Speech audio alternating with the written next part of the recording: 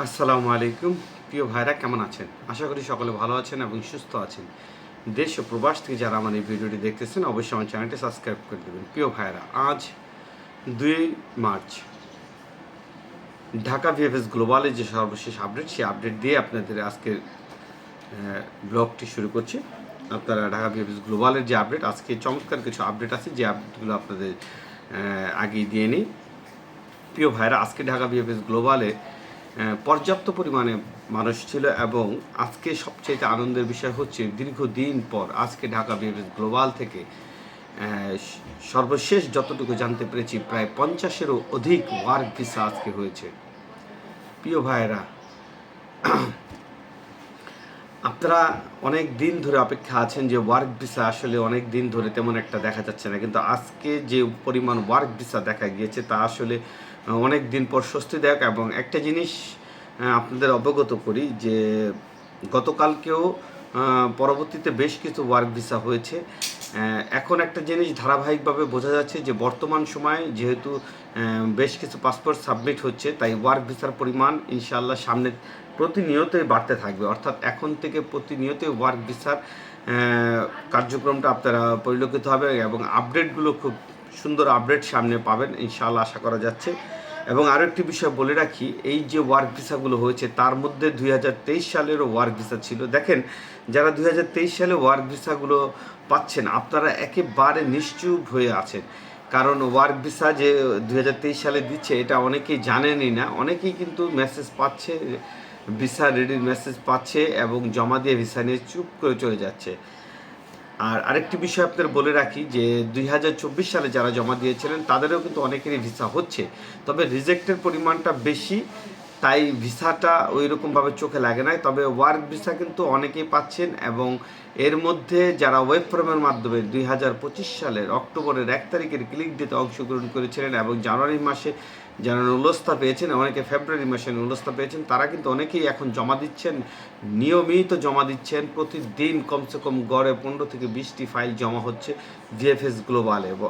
শুধু বর্তমান সময় এই জমাটি হচ্ছে এবং তাদের ভিসা পাইতে সময় লাগে সর্বোচ্চ 3 থেকে 5 দিনের মতন, এর মধ্যেই ভিসাগুলো হয়ে যাচ্ছে। প্রিয় ভাইয়েরা, আরেকটি সুখবর আপনাদের দিয়ে নেই।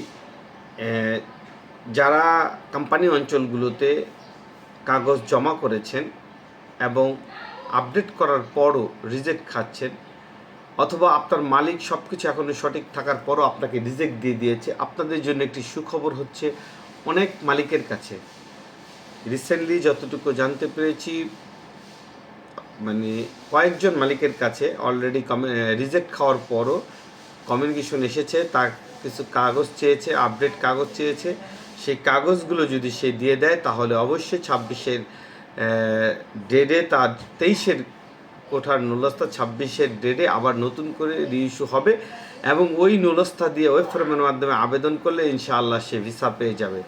প্রিয় ভাইয়েরা, অনেকে আপনারা রিজেক্ট খেয়েছেন, কিন্তু আপনাদের যদি সাইটটি আপনারা চেক করেন, ট্র্যাকিং করেন, তাহলে আপনি দেখতে পারবেন অনেকেই এখনও আন্ডার প্রসেসিং দেখাচ্ছে, রিজেক্ট দেখাচ্ছে না, এখনও আন্ডার প্রসেসিং দেখাচ্ছে। তার মানে আপনার কাগজগুলো এখন পর্যন্ত ওখানে ভ্যালিড আছে। এই জন্য আপনাকে এখন পর্যন্ত তারা বাংলাদেশ থেকে রিজেক্ট করেছে, কিন্তু ইটালি গভর্নমেন্ট থেকে এখনও আপনাকে ওইখান থেকে রিজেক্ট হয়নি। প্রিয় ভাইরা, একটা কথা মনে রাখবেন যে বাংলাদেশের অ্যাম্বাসেডর যতটুকু বুঝতে পারতেছি আমার ধারণা অনুসারে, যে এখন বর্তমানে তারা 2023 ও 24 সালে যে কাগজগুলো আছে তারা চাচ্ছে যে এই কাগজগুলো রিজেক্ট দিয়ে দিয়ে পরবর্তীতে তারা আবার নতুন করে জমা নিয়ে সেগুলোকে ভিসা দিবে।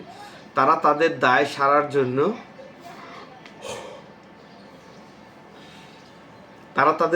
সারার জন্য এই কাজগুলো করতেছে। বর্তমানে এই যারা আমরা অরিজিনাল কাগজ দিয়ে বসেছিলাম তাদের কাগজগুলো কিন্তু রিজেক্ট দিয়ে দিচ্ছে প্রতিনিয়ত। এর উদ্দেশ্য হচ্ছে তারা ঝামেলা শেষ করে দিতে চাচ্ছে।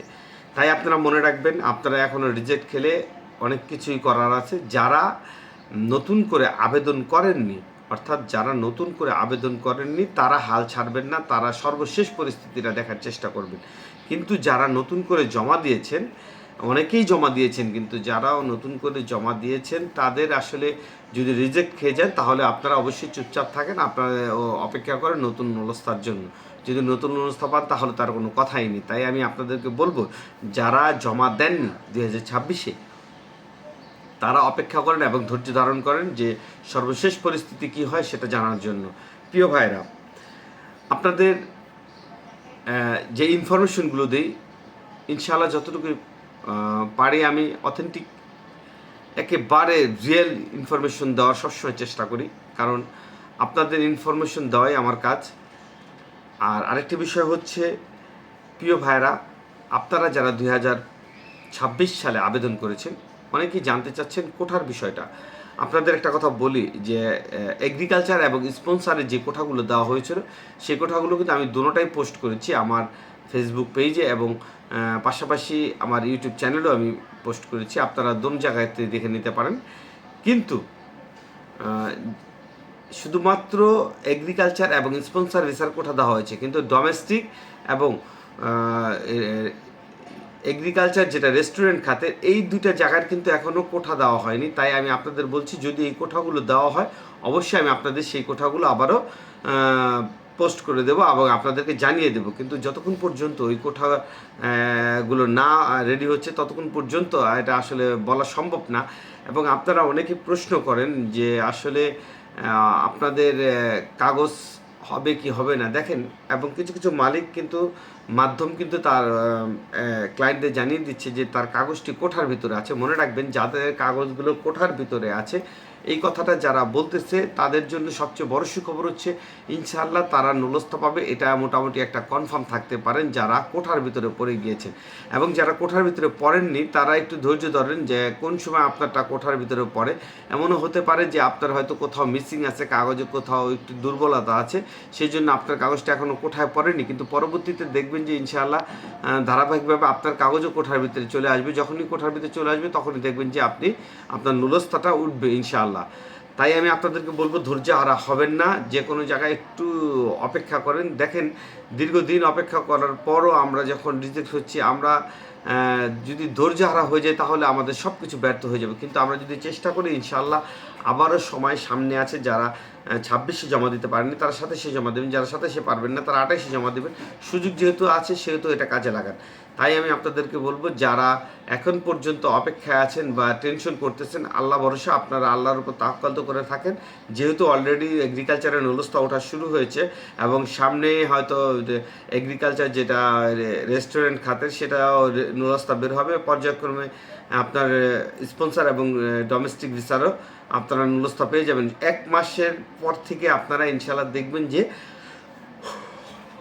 আপনারা নুলস্থা পাওয়া শুরু হয়ে যাবে। যেহেতু 18 তারিখ অর্থাৎ মাসের অর্ধেক সময় অলরেডি চলে গিয়েছে, সেহেতু আর বেশি সময় নেই। আপনারা অপেক্ষা করুন, ধৈর্য ধরুন, ইনশাআল্লাহ ভালো কিছু আপনাদের আছে সামনে, এই আশায় ব্যক্ত করছি। আসসালামু আলাইকুম, ভালো থাকবেন, সুস্থ থাকবেন। আর আমার চ্যানেলটি যারা সাবস্ক্রাইব করেন অবশ্যই চ্যানেলটি সাবস্ক্রাইব করে দেবেন।